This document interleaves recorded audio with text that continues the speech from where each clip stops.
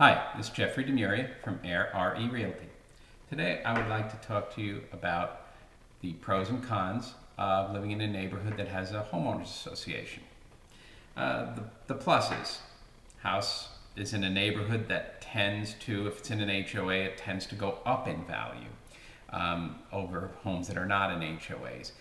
Part of the reason is the homes are required by most homeowner associations to be well maintained, be similar sizes, similar colors, and those neighborhoods tend to continuously upgrade in value over those where every house is sort of not quite as well maintained or has trucks parked in the driveways and I don't know, a boat parked in the driveway. Those neighborhoods tend to not look as good when people are riding through looking to buy, and because of that, they tend to get lower values. There tends to be fewer issues with neighbors in homeowner association neighborhoods. Part of the reason is there are these deed restrictions, and those restrictions limit what you can or cannot do. Based on that, there's less conflict between people because the rules are already there and made out. Homes are often required to meet certain guidelines in neighborhoods with homeowners associations, so it's harder to make a buying mistake in a homeowner association neighborhood. Example, every house needs to be between, let's say, 22 and 2,800 square feet. All the properties are between 1/4 and 1/3 of an acre. They're all required to have a certain amount of trees.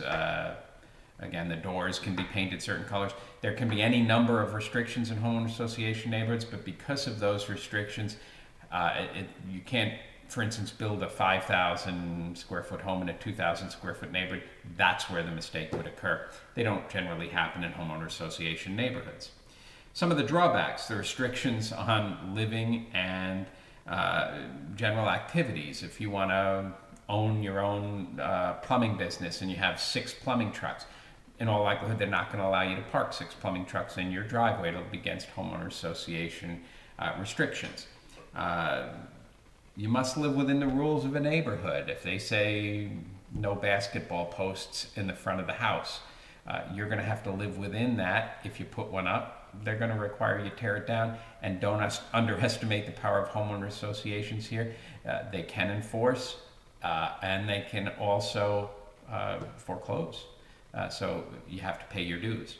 That brings us to the dues. You're going to pay fees within a homeowner association in almost all cases. Those fees add up. So maybe you get a little bit more money in a neighborhood without a homeowner association for the home, but you do make it up in the fact that you pay dues and fees. Those fees sometimes can be really good fees, like a neighborhood pool or cutting of the lawn or even painting the exterior of the homes. But sometimes it's just going to be for the maintenance of the land, the general land that's within the association. You're also going to not have an entity. If you don't have a homeowners association, you're not going to have an entity that requires neighbors to follow rules. So if you have a neighbor across the street that has a fire pit on their front lawn and 6 trucks parked on there and you don't like it, oh well, you live in a neighborhood that's unrestricted, there's no homeowners association, there's no one there to enforce the rules.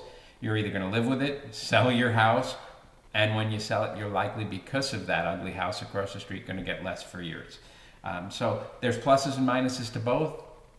Contact me. I'd love to go over which neighborhoods fit you best. You let me know, and I'll set you up for a search, and let's see if we can't find you the perfect Space Coast home. Again, it's Jeffrey Demuria, RE Realty, and you can find me at rerealty.com.